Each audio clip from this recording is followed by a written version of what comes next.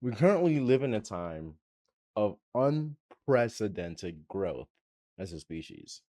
There are special people out there breaking records and doing things we thought we would never see. LeBron playing at the age of 40 and still making a significant impact on his team. Alex Ovechkin, who just broke the world record that we thought would go untouched of the most career goals of an NHS player. And Max Verstappen and Lewis Hamilton defying the odds in the F1 sport. And of course, there's thousands of other athletes that I could probably name. And not just athletes, but content creators, businessmen, artists. The list goes on and on. I say all of this to make the point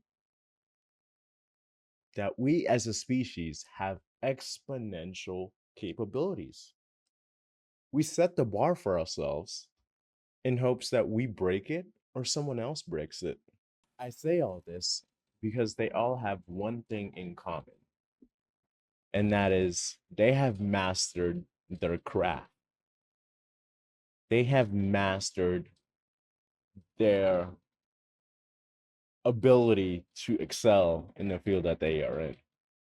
And this doesn't just apply to athletes. Like I said before, this applies to musicians, politicians, businessmen, businesswomen, and content creators, even workers, even employees. Employees can master their craft. I'm sure you have coworkers that everyone just relies on. Whatever they say goes, or at least whatever they say is very, very reliable because of how long they've done it, how long they have been doing it. You see this a lot. It's very obvious, at least in sports. But I think as a generation, this is where we're at, trying to find our craft to master it. And it's hard to do. We don't know what exactly our craft is. Some people don't know, some people do. And for the people that don't know what their craft is, I think the mindset to have is just not to be discouraged. It is never too late. The best time to start was yesterday.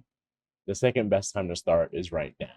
If you can develop a craft and hone in that craft and become a master in that craft, you bring not only great value to yourself, but great value to the world. You can share that craft with others, and that can bring in some financial benefits for you. And that could also bring some happiness in your life because it doesn't seem like work. It's something that you like to do, it's a craft of yours. Granted, your craft doesn't have to be your passion. I will say, I'll use Jokic as an example. I'm sure he's very passionate about basketball, but outside looking in, seems like he's way more passionate about horse racing, but he's honed his skills and his craft with basketball to allow him the freedom to have fun in the off season riding his horses. It's an ongoing joke in NBA Twitter. Jokic can't wait to go home so he can go ride his horses. But it's because he honed in on his craft. It's because he mastered his craft. He's able to pursue that passion he has. At least outside looking in, I'm sure he's very passionate about basketball. I'm sure he is. You don't get to where he is by not being passionate. But who knows? Maybe it's just discipline. But I guess that's another topic. We as a generation should not be discouraged when we haven't found the craft. Now, how can you find your craft? I think it's just seeing and doing things from all ranges, from the creatives, whether it be drawing, modeling, making videos, making blogs, to something more like on the mathematics side, maybe you're a scholar, someone who prefers to work in the lab or prefers to work in a university to teach things of that nature, you know. And I think once you've found your craft and once you've mastered your craft, that unlocks a lot of potential. Honestly, your craft could be your current job right now. If you master that job, you master whatever it takes to be successful in that career, in that job, you might get promotions. You might land yourself in a better role in a different company. You might end up making your own company because you just know the ins and outs of your job. We don't have to go that far of making your own company, but at the same time, it's perfect. I'll use my dad's example. He's been a janitor for past 15 or so, 12, or something like that. Been more than a decade. And he's mastered the craft of being a custodian. I feel like I can say that with pure confidence just because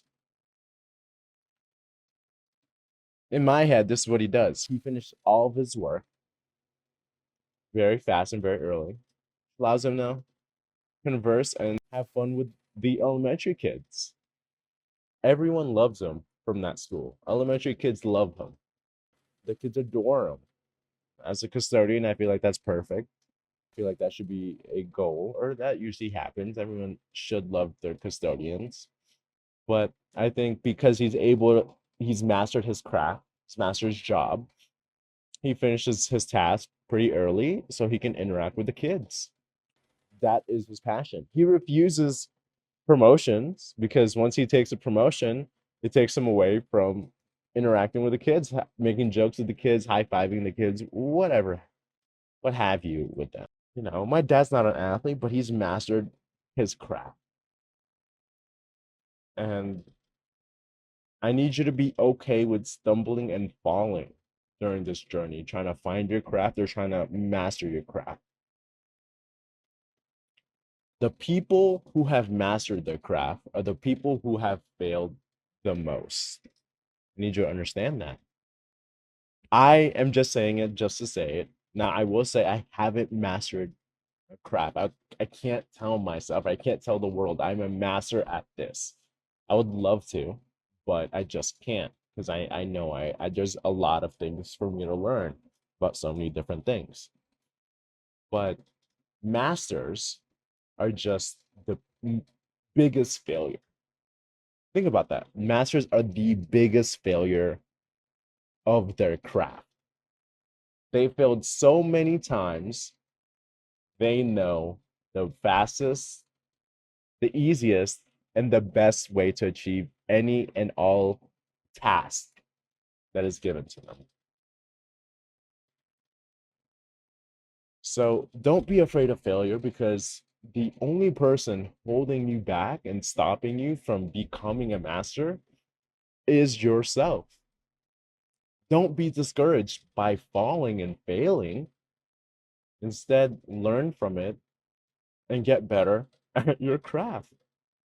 People might view it as delusional because we don't take into account reality, but I feel like that's wrong just because we face reality and we face these hardships because every wall we hit is reality. Every failure we hit is reality telling us that doesn't work. So we readjust. You have to readjust. There's always that readjustment. Understanding what you tell yourself and understanding the narratives that you've told yourself that inhibits you from mastering your craft, I think is the key to staying on course of mastering your craft. Because you only fail by quitting. So practicing your craft and mastering it, I think will lead to a more fulfilling life Granted, you might not like the craft that you're doing. And then if that's the case, then switch on, move on. You can totally do that. And like I said before, it's never too late to start. It won't be. So where can you start?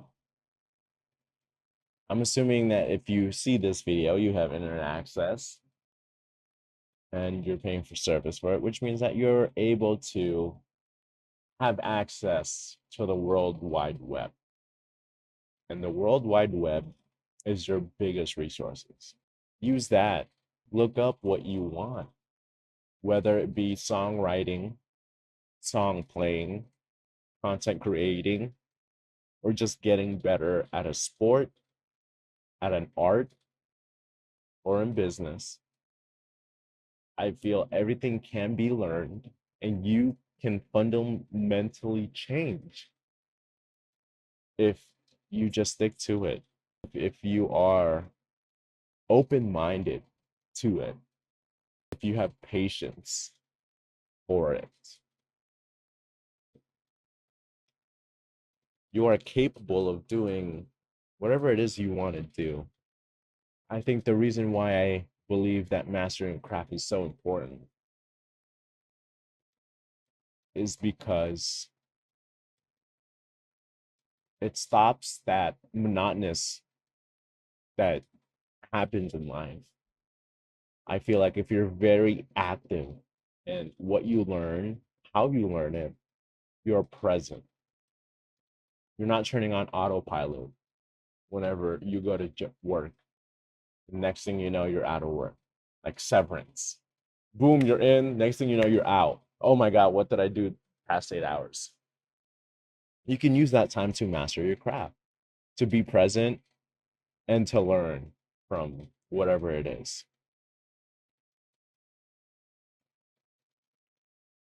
So I challenge you to find something that you want to master. And I challenge you to become a master, whatever that may be. I have faith in you, and you should have faith in yourself. I think that's very important. I think you should have faith in yourself before you even try to become a master. Because if you don't have faith in yourself, how can you have faith that if you keep going, it's going to be all worth it? Because I know that brings in everyone's head. How do I know the time and the effort I spend into this task will be worth it at the end? Will I really become a master at the end of this if I stick to it? I feel like you can only answer that if you have faith in yourself. And when that happens, that's when the process of becoming a master begins. People don't become masters overnight, and you need to understand that. Stop trying to do everything in one day. Give yourself time, but do it consistently.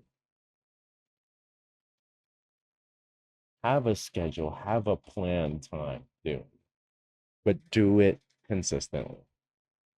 That's about it. See ya. Boom, boom.